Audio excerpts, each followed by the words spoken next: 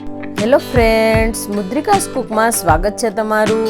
આજે હું તમારી સાથે શેર કરીશ વ્રત અને ઉપવાસમાં ખાઈ શકાય એવી એકદમ ટેસ્ટી રાજગરાની ભાખરી. આ ભાખરી એવી ટેસ્ટી બને છે કે તમે વ્રત ઉપવાસ વગર પણ ખાઈ શકો. આ ભાખરી ચા અથવા તો દહીં સાથે ખાઈ શકાય છે. વળી આ ભાખરી ફટાફટ બની જાય છે. તો ચાલો કેવી રીતે બનાવવી તે જોઈએ. રાજગરાની ભાખરી બનાવવા માટે મેં અહીંયા રાજગરાનો લોટ લીધો છે.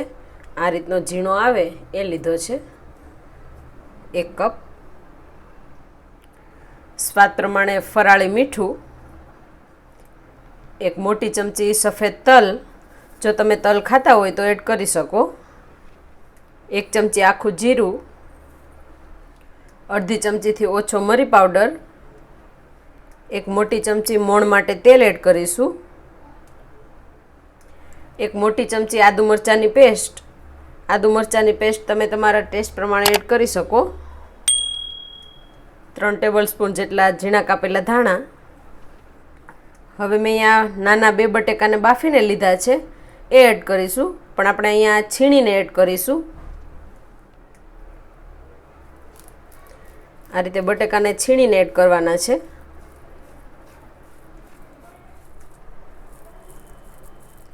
બટેકું છીણાઈ ગયું છે. હવે બધું મિક્સ કરી લઈશું. આ રીતે હાથેથી જ મિક્સ કરીશું.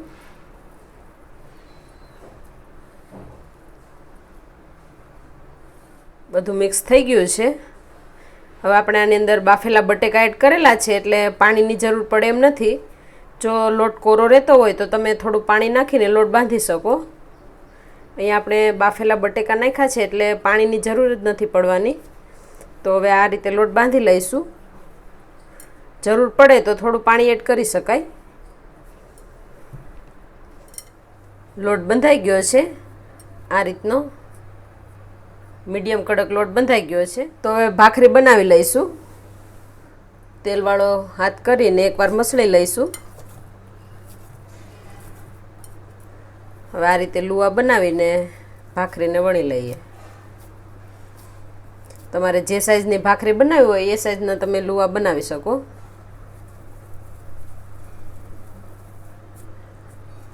આ રીતનો લુવો બનાવી લઈશું. પાટલી પર થોડું તેલ લગાવી દઈશું એટલે ભાખરી એમાં ચોટે નહીં. હવે વણી લઈશું.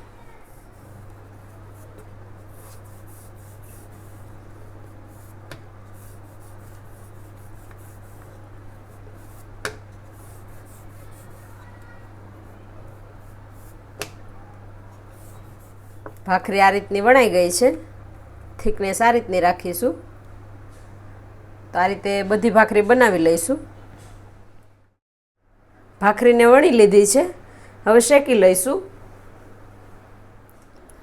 ગેસની ફ્લેમ ચાલુ કરીને પેનની અંદર ભાખરી એડ કરીશું.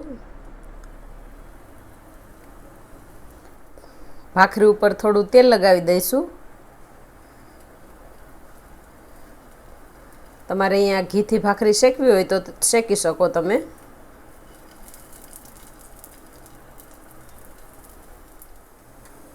ભાખરીને પલટાવી દઈશું.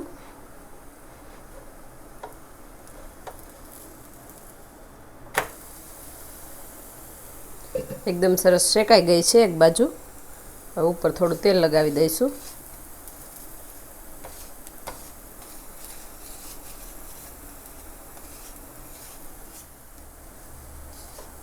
બીજી બાજુ પણ આ રીતે શેકાવા દઈશું.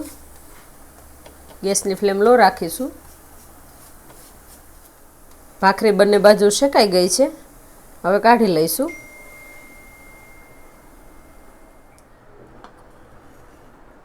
બીજી ભાખરીને પણ શેકી લઈશું.